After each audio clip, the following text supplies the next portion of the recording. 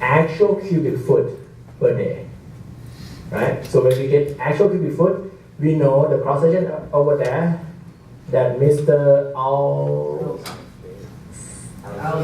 Alester said, then we can get the actual velocity. We compare that with Sauerbrei equation, then we can tell do we have too fast or not. So if the actual velocity exceeds that, we have two options. Can we use a longer separator? Longer separator doesn't help anything because cross-section area is the same. So we have to use faster separator. Or we make the pressure in there a little bit higher. Is a little bit higher? Yeah, a little bit higher. So that we kind of shrink it more. Okay, good? That's how we use Sauerbrei equation. Sauerbrei equation by itself is not enough. We need to be able to calculate actual volumetric flow rate in situ. Did you restart that already? Okay. All right. This table is important. Okay. The consideration is, of course, first of all, cost. Wire mesh is good, best. Microfiber is highest, but they use that for like separator. So in some application that it needs to be really, really dry, we may use that. Efficiency, 100% for anything larger than 10 micron, 3 to 10 micron, let's use 10 micron. So when will be more than 20 to 40 micron. So when type extractor, when type mix extractor doesn't take small droplet. You see that? But it has less pressure drop. So pressure drop for wire mesh will be 25 millimeter of water. Okay, 25 millimeter of water. What is 25 millimeter of water? Is that 1 inch of water? No? Close enough. So if it's 1 inch, it would be 25.4 millimeter. So this is roughly about 1 inch of water. Pressure drop of 1 inch of water is so small. How many PSI? PSI for 1 inch of water? Okay. Is it 250 or 248? 1 inch of water. 2 Pascal. Oh, Bing doesn't do it. Let's use Google. 0.036. Okay, 1 inch of water is about 250 Pascal. Is that a lot, 250 Pascal? No. Okay. 1 Pascal, 1 PSI, 2 PA, 6,000, almost 7,000 Pascal equal to 1 PSI. So that 250 Pascal is just a little bit, okay, not very much. So all of them doesn't have much pressure drop. Except this one, a little bit more, okay. Gas capacity, very good. It can handle a lot of gas. Good for liquid, solid is good. When will be best? Even better than wire mesh for solid. Who's next? Alexander Montgomery. That's Alexander. Okay, what do you think? When is good for solid than wire mesh? Alexander. Wire mesh is good, but when is better for solid? What do you think? What's your answer? Oh, my answer is Gattimbrizo.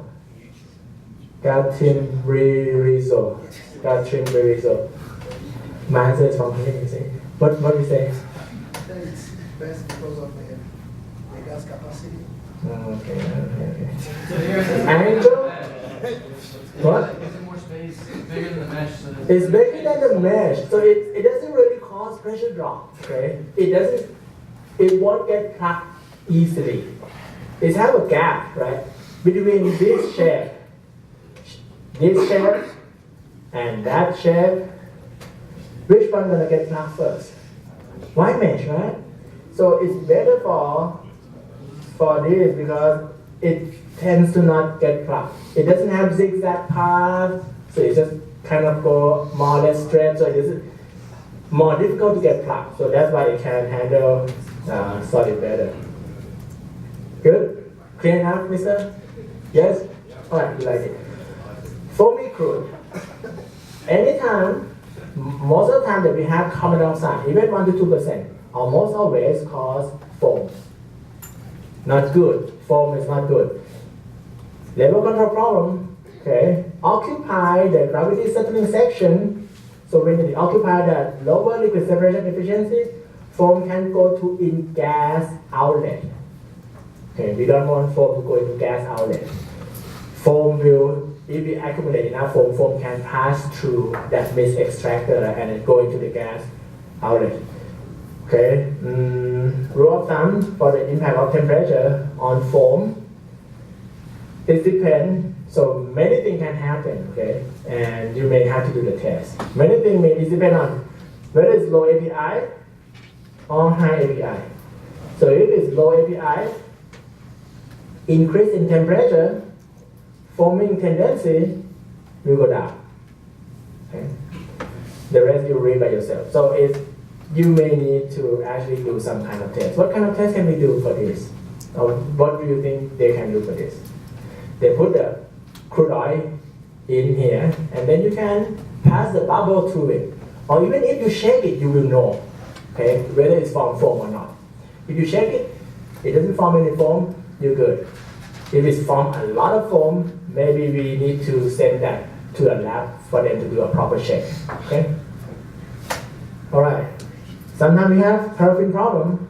Okay, it plug everything, not good. Sand problem, it has erosion, accumulate at the bottom. Sometimes we have liquid carrying over into gas line. Sometimes we have gas going to liquid line, gas mobile. We don't want any of those. Install, blah, blah, blah, blah, read this part, okay? Let's move on. Liquid slug, use slug catcher, if needed. Okay, you read those things. Let's do some more math. Okay. This part is about getting this equation. Yesterday, you have learned about the terminal velocity equation, right? You wonder where does that come from? It's from here. So we have settling calculation, terminal velocity, we use drag force equal to buoyant force. Okay. Drag force is CDA something something something. Basically, drag force for the spherical droplet, we have 6 pi mu RV. 6 pi mu RV. Radar G, no red D. So radar, what do you think that's for? Turbulent or laminar? Turbulent, right? Yeah. Laminar? Oh, okay. It's that laminar. So this is for laminar flow. Okay? Our equation is based on laminar flow. The reason that we use laminar flow equation because everything that happens in the separator should be nice and slow.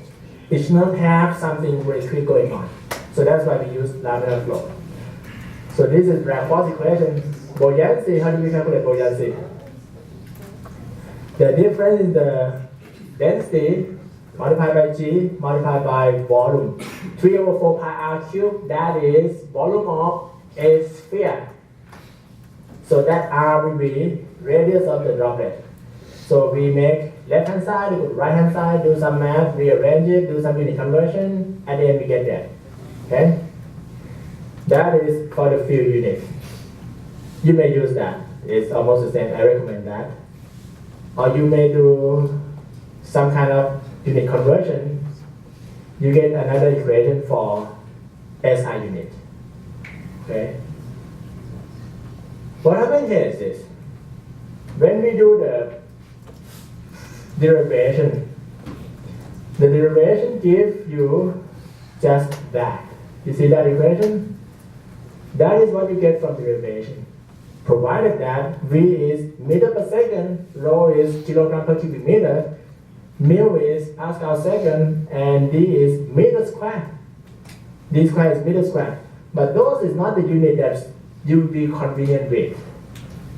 So what people do is, from here, they have to add some kind of C value over there, so that user can input the number easier, and that value automatically do the math and do the unit conversion and give the right value of V sub t. So what you just did in the quiz is actually simplified version of this. And why do we have the gravity on the right hand side? And then- okay. When I got this, I did not get the same value that Arnold Stewart got. Arnold Stewart said, use that. And I found that they got that because they got G about 10. But when I used G about 9.8, I get this. So this is really better. Okay? That's what I think. But at the end, it doesn't change that much. Okay? That value may be a little bit more conservative. No, maybe not more conservative. I'm sorry. So use this. Okay. And I think in the homework, Jayanti, try to put this in the homework. Okay? In the homework, they will have to be able to go from this equation to one of this equation. Or if you don't want to put in the homework in the exam, that may be better. All right. C sub D value. This previously we say that Reda told me this is laminar flow. So in laminar flow, C sub D is 24 over Reynolds number. Correct, Reda? Correct. It's not always the case. So this is about, what is this about? Flow around a spherical droplet. Okay, flow around a spherical droplet. Critical Reynolds for flow in a pipe is 2,100, right? About 2,100. But for flow around a spherical droplet, critical Reynolds number is about 1. So if it's less than 1, use that for the drag. If it is more than 1, the equation gets a little bit complicated. And the equation becomes more complicated. When I say field unit, this field unit is the same as this. Okay, this is, that is SI, the field unit is the same as this one. So the input is micron or micrometer is the same, feet per second, and cent points. So that's field unit. All right, what do I do for the case of turbulent flow? Turbulent flow may require iterative approach. Okay, iterative approach means you may assume the value of C sub D to be 24 over Reynolds number first.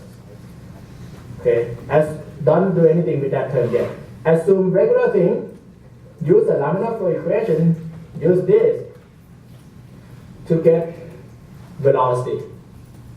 Once you get velocity, then we can recalculate Reynolds number, because Reynolds number is rho VD over mu, right? We need the value of V, but we try to calculate the value of V too. So it's like something in the loop.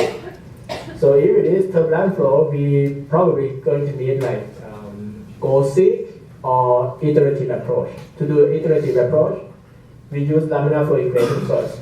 Get that velocity, then we can proceed with the right C sub D value.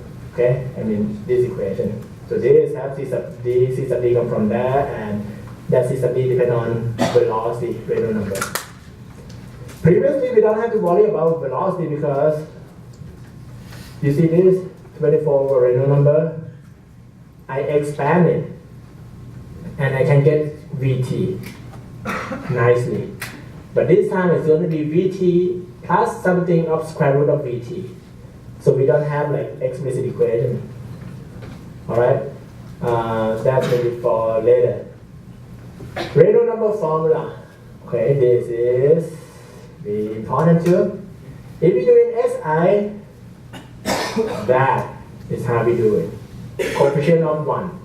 If we do in other unit, for example, this is steady stroke, we have conversion factor of that much put in front. Okay? Provided that the rest is in that unit. And sometimes, if we don't use steady stroke, we use steady boil. That is a conversion factor. And this is how I derive it. How I derive it doesn't need to be the same way that you derive it, but we should get the same number. I don't know if you're gonna get the same number or not until I test you, right? So this is a good candidate. I don't say that it will is a good candidate to be in the exam. You've got to be able to do that. Okay.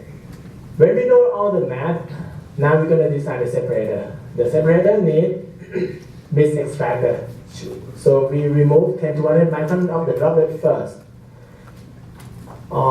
Sometimes to design the gas scrubber is like before fuel gas scrubber or compressor suction, we may remove 500 micron plus.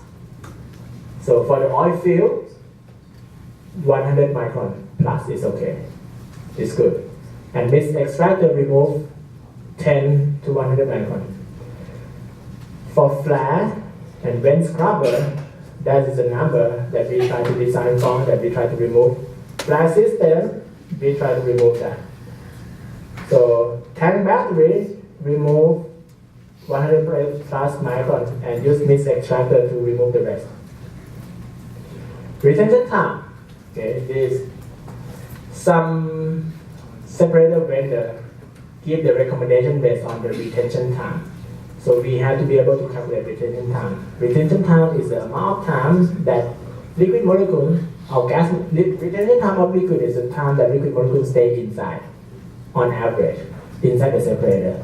For the gas, it will be the time that gas molecules stay inside the separator. How do we calculate it? We use volume divided by volumetric flow rate so that we get retention time. Okay, like what you did in the lab. Good. Volume has to be the volume that used for the separation. Okay. If I have horizontal separator half full, the volume that separates droplet, liquid droplet from the gas phase, is just on the top part, right? It's just on the top part. So if I know volumetric flow rate of gas, I know that volume, I use that volume divided by volumetric flow rate of gas, then I get retention time. Okay? So volume divided by flow rate, that volume has to be volume that actual separation takes place. Recommendation is 30 seconds to 3 minutes for gas separation. Good. High gas velocity may cause some wave and cause re-entrainment. For vertical separator, use Slenderness equation. In Slenderness equation, the formula is not given, but the value, this value is given. Okay, but this thing is so small. Just write it down. Okay, that's not given. This equation is not given. You have to write it down.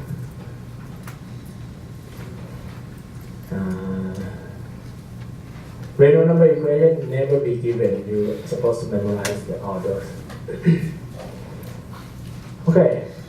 The rest you may read it and let's do some math. Here is the equation for separator design. 90% of the time you don't use it. 10% of the time you use it. Okay? Good? Or if you want to know more, or if you want to make the chart, you have to use it.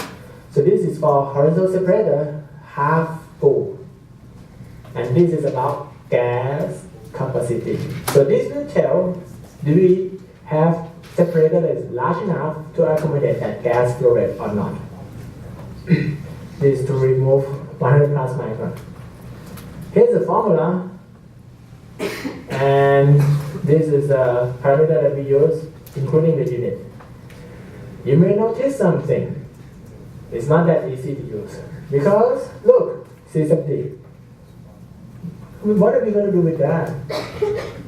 24 over Reynolds number. Okay? If it's large enough, if it's turbulent, use another formula. How do we calculate Reynolds number? We need to know the actual velocity inside the separator. Okay? Okay. Gas velocity is volumetric flow rate over area that will give the velocity. Here's how they derive it. This equation is given over here. Derivation is given later. Next year we will have this part for grad students, so we kind of skip it, but you still need to know the basic idea. So what happens is we have gas velocity equal to volumetric flow rate over area, and that area is the cross-section area, okay, of the separator, cross-section area of the floor. Volumetric flow rate, we need the actual inside volumetric flow rate, but the user know the standard condition, right? Q sub G is the standard volumetric flow rate. So this is the way to do the conversion from standard flow rate to actual volumetric flow rate. PV over CT that we talked about early on is actually from here. Okay. Combine them together, we get V sub G equal to that. So V sub G is not volume, but it's a velocity. That velocity comes from terminal velocity equation. Okay, terminal velocity equation. We combine terminal velocity equation and V equal to Q over A. We combine together, we get this equation. One thing that I want to point out is area. You see this 1/2? See that? Because only top half of the separator we have gas flow. Okay? If we have 3/4 full, area-wise 3/4 full. So this will not be 1/2, it will be 0.25. Good?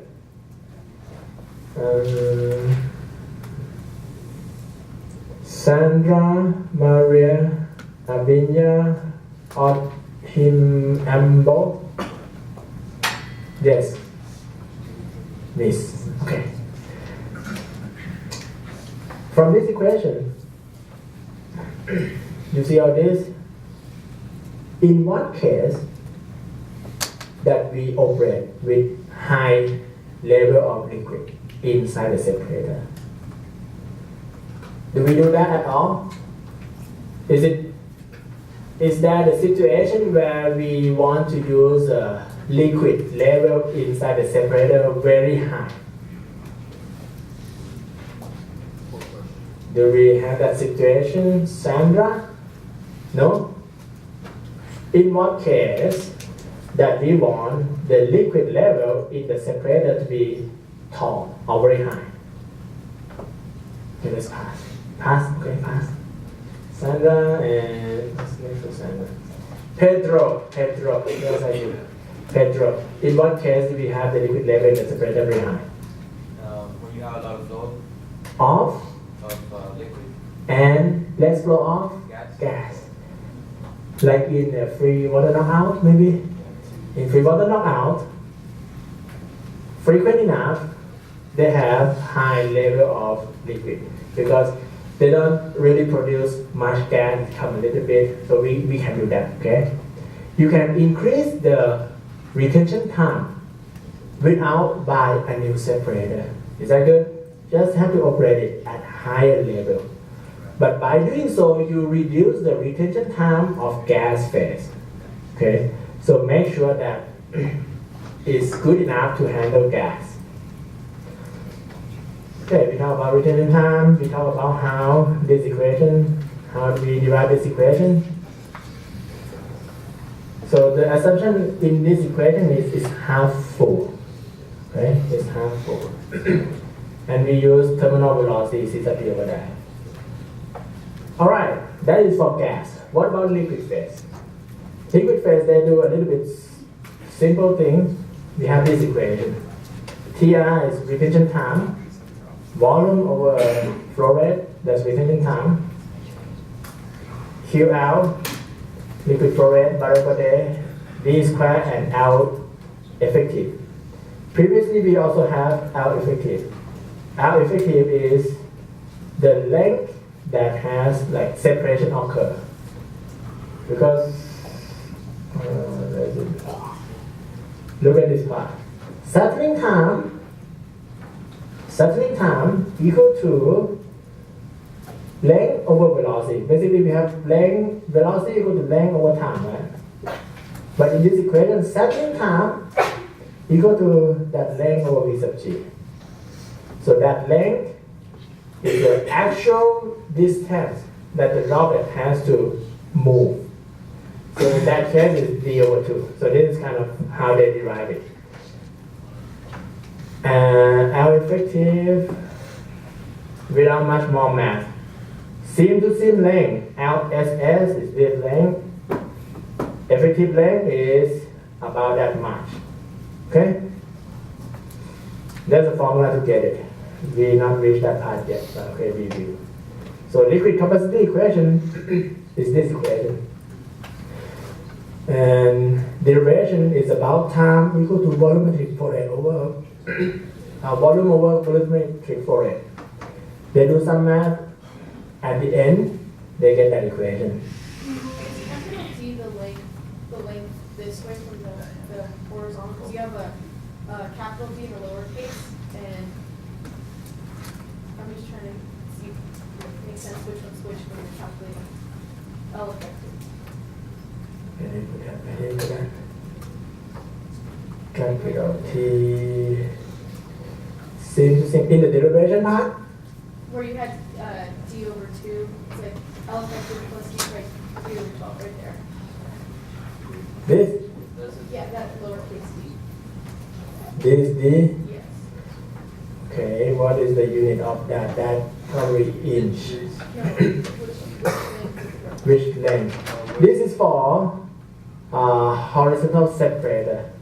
So that D will be that diameter. We haven't reached that slide yet. Okay, this equation is for liquid capacity. We use both equations, gas capacity and liquid capacity, to check if we have large enough area, large enough volume for gas and large enough volume for liquid. Okay? And the derivation of this is, we kind of skip, but it's based on volume over volumetric flow rate, and that will be for grad student next year. But at the end, we get that equation. Good. To use this equation, we have to know retention time in minutes, liquid flow rate in barrel per day. Okay, and that's it. This will give us D square multiplied by L effective, and we will have the example. Seam to seam length for horizontal separator. Okay, it's from one seam to another seam. That is seam to seam length, and this is a relationship between effective length and seam to seam length. Okay, LSS is in feet, so that D is in inch divided by 12 become feet. Slenderness ratio is another factor that they consider. It's a length over diameter. Slenderness ratio prefer to be 3 to 4. Sometimes it's more than 4. If it's more than 4, let's keep it less than 5. Okay, that's the recommendation. So less than 4 is good. If it's more than 4, maybe we keep it less than 5. All right, let's do some sizing. I give you two equations. How do we use it? Okay, here's how we use it. To size the separator, method 1, use this equation. Method 2, use the chart. Okay, the chart will be very easy, but let's go through this. If we use this separator equation, we want to list the available diameter that we want to use and the proper retention time. For example, we may say diameter 24 inch, 30 inch, 36, 42. So those has to be the diameter that available size. Okay? And retention time between 3 to 4 minutes. So 90% of the time, we don't do this. Okay? 90% of the time we use chart. That's clear, right? But this is for that 10% of the time. Where's the phone? Yes, sir. You're not quite here most of the time, okay? Alright, step 2. For each diameter, you remember the gas capacity equation. In this gas capacity equation, we already know diameter from there. Okay? We can say diameter equal to 24, we put it over there. And then the rest of the parameter, we know it, including C sub D. Okay? C sub D, I will use 24 over Reynolds number. And to calculate Reynolds number, I will use the actual velocity inside the separator. Right? So that will give me effective length. So we know D, we calculate effective length. After we calculate effective length, we do the same thing for liquid phase. This is for gas phase, right? For each D, we get effective length from this equation for liquid phase. Right? And then we select whichever is larger for seam to seam length. And then calculate slenderness ratio, just the final step to check if it is like this or not. Less than 4, and maybe it should be at most less than 5. Okay, if this is for the case of half full horizontal separator. If we don't do half full, by Arnold Stewart book, okay, and go through that derivation, we will know how to do it. Okay, vertical separator. Previously we talked about horizontal separator. We will go through the example in a minute, okay? For vertical separator, we have another equation. Derivation is based on the same concept, okay? This is the gas capacity, and we have so this equation is the same as this one, okay? So this is gas capacity for the vertical separator. Then we have liquid equation for the gas separator, vertical separator. That's how they derive it. We have another equation to go from seam to calculate seam to seam length. This time is based on height and diameter. Okay. Good. All right. Let's do some. Before example, let's do this. Okay. What is the recommended retention time? So it's based on. This is for liquid retention time based on API gravity. Light crude, maybe we don't need much time. Heavy crude, we need more time to do the separation, to have good separation. Okay. If we have foam, okay, multiply by 2, maybe multiply by 4. If we have carbon dioxide, use minimum of 5 minutes retention time. That's a recommendation. Liquid phase retention time, volume divided by flow rate, or this equation, 1,440. And you of course will need to know how to get that. Good? Because in SI, it's just T equal to V over W. But if you want volume in barrel, in the unit of barrel, and flow rate is barrel per day, that's the conversion factor. Okay? Similar to what we did in the quiz.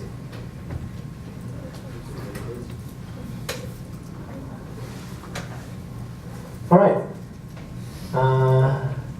Maybe the example to use that equation come later. So let's see some chart.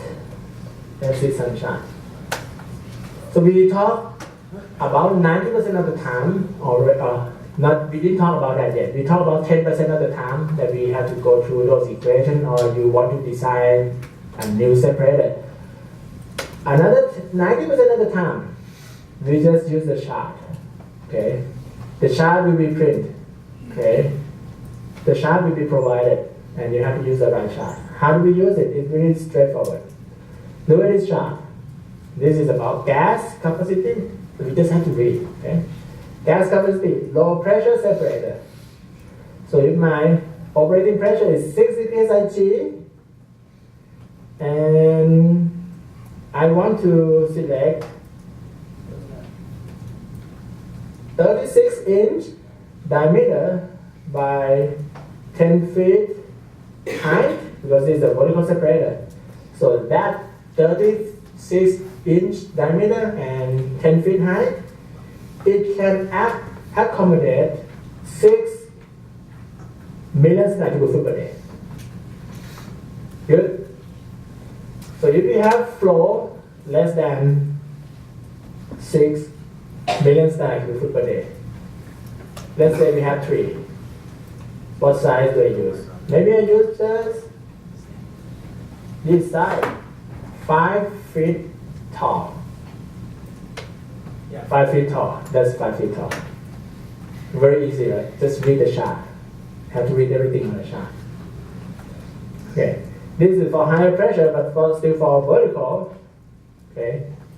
We have 20 inch by 5 feet. So it will tell how much gas that we can handle based on different size. So that is the size of the separator. Okay, in the chart I will try to print it big.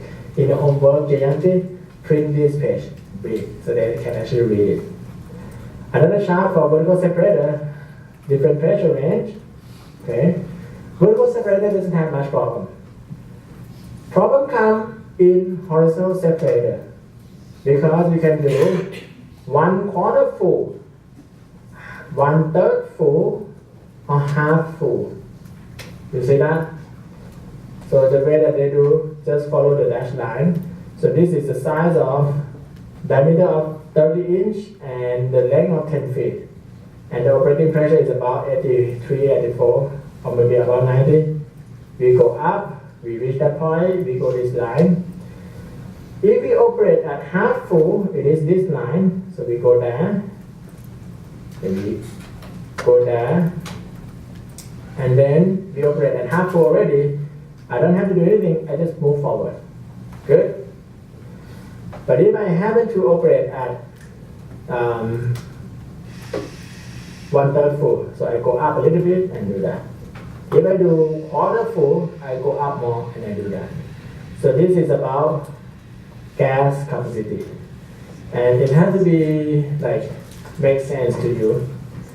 Because what? When we do less amount of liquid, should we, okay, next, Braxton raise. Braxton, where's Braxton? Braxton, hello. If I operate at lower liquid amount, should I be able to accommodate more gas capacity? Gas capacity or less gas capacity? More.